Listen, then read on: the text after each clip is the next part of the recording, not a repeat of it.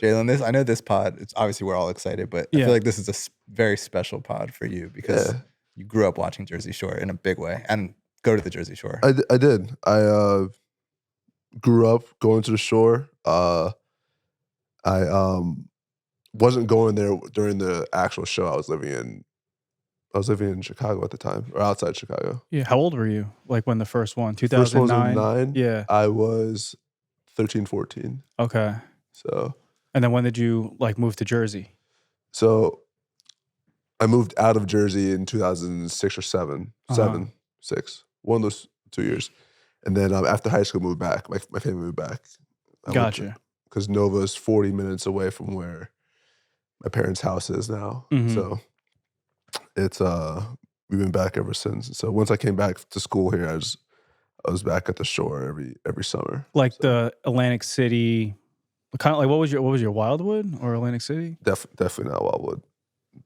It wasn't Seaside, right? Definitely wasn't Seaside. Nah, but Wildwood's like a slap in the face. Yeah, Wildwood's not bad. No? Wildwood? I used to go. I did my prom. Don't listen to him. The prom was at Wildwood. Don't listen to him.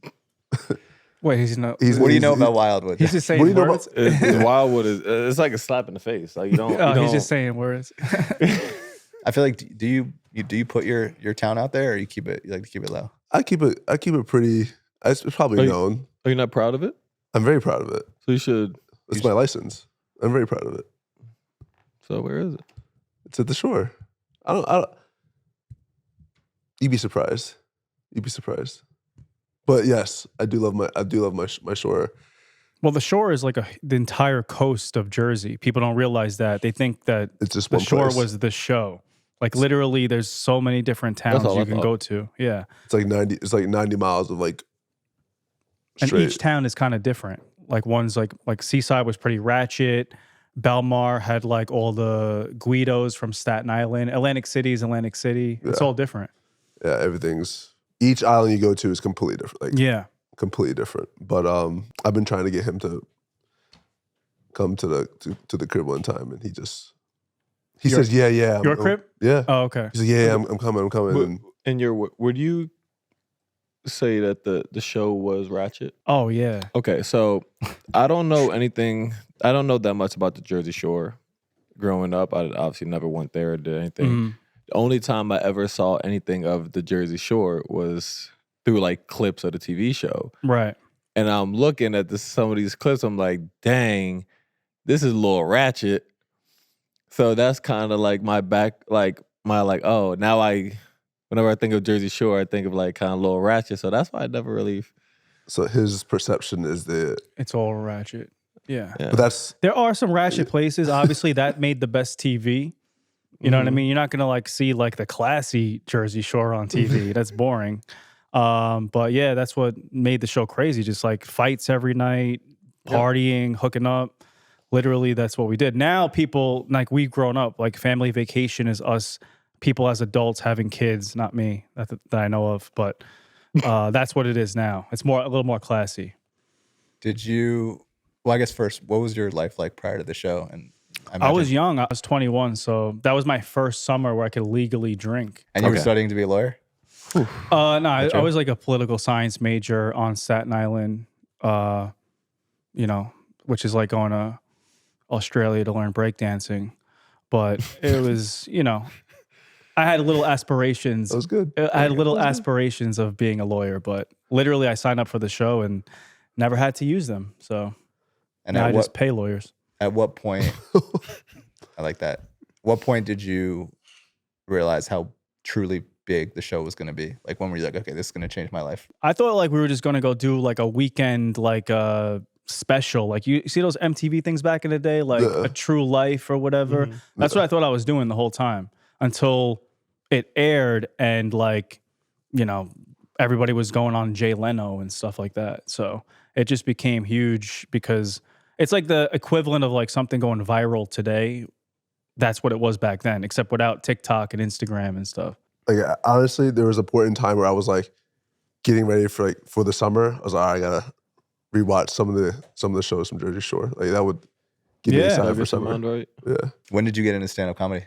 So Jersey Shore, the original, was off air for like we did 6 seasons of the original, and then I think like took like 5 years off and did Family Vacation.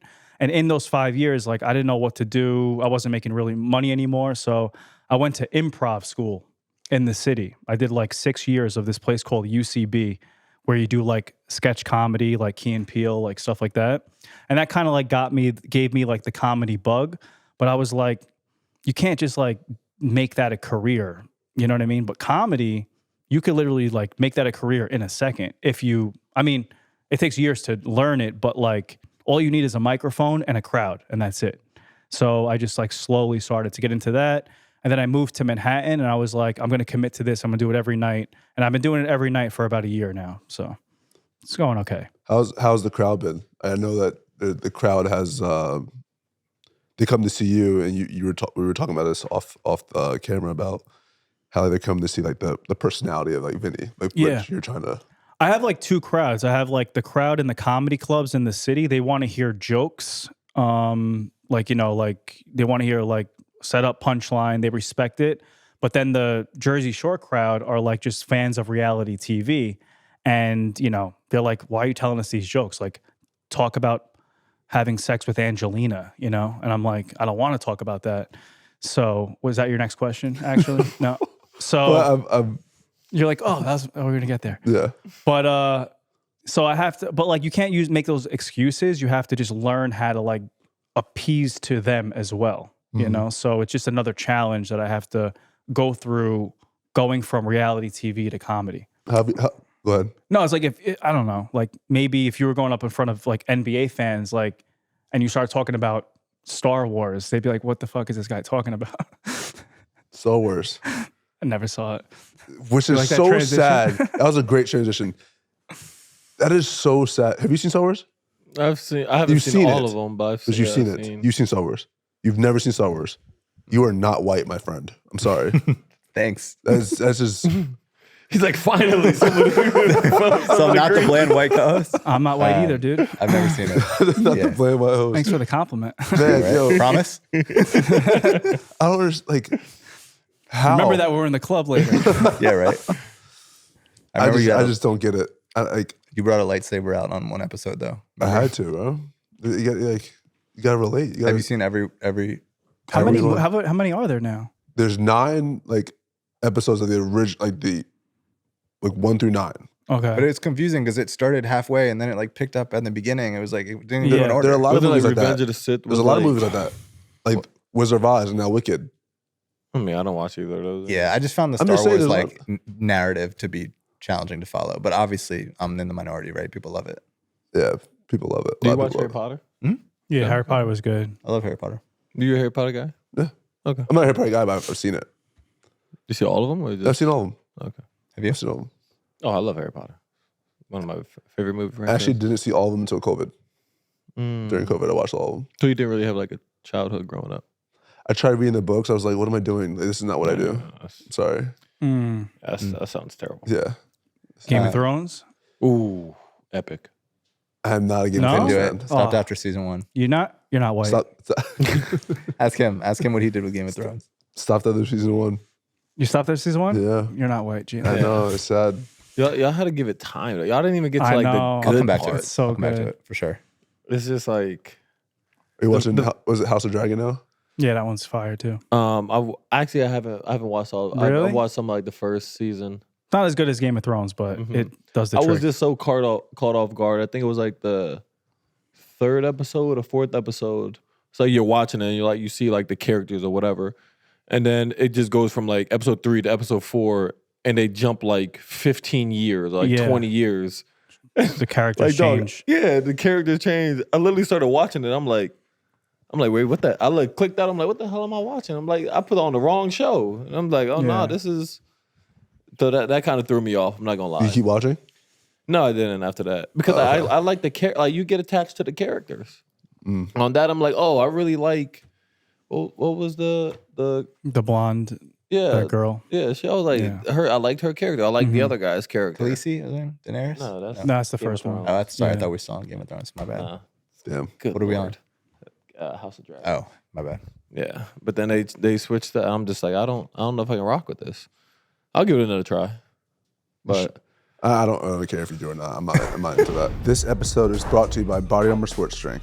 Real hydration, real ingredients, packed with electrolytes and vitamins. No artificial flavors, sweeteners, or dyes. Body Armor Sports Drink is always keeping us hydrated with great tasting flavors like strawberry banana and orange mango. You really got me hooked on the Body Armor sports drink. It's no coincidence that I've been feeling good, feeling hydrated, feeling like a super dad with my strawberry banana. You know I've been rocking with Body Armor Sports Drink, always mixing it up between my two favorites, Fruit Punch and Orange Mango. Get yours today at Amazon or a local grocery store near you. Breaking news from Bet365. New customers bet $5 and get $150 in bonus bets, win or lose. Sign up, deposit $10, place a bet for $5, and get $150 in bonus bets, win or lose. Bonus bets can be used on the spread, totals, player props, futures, and so much more. Whenever the moment, it's never ordinary at Bet365.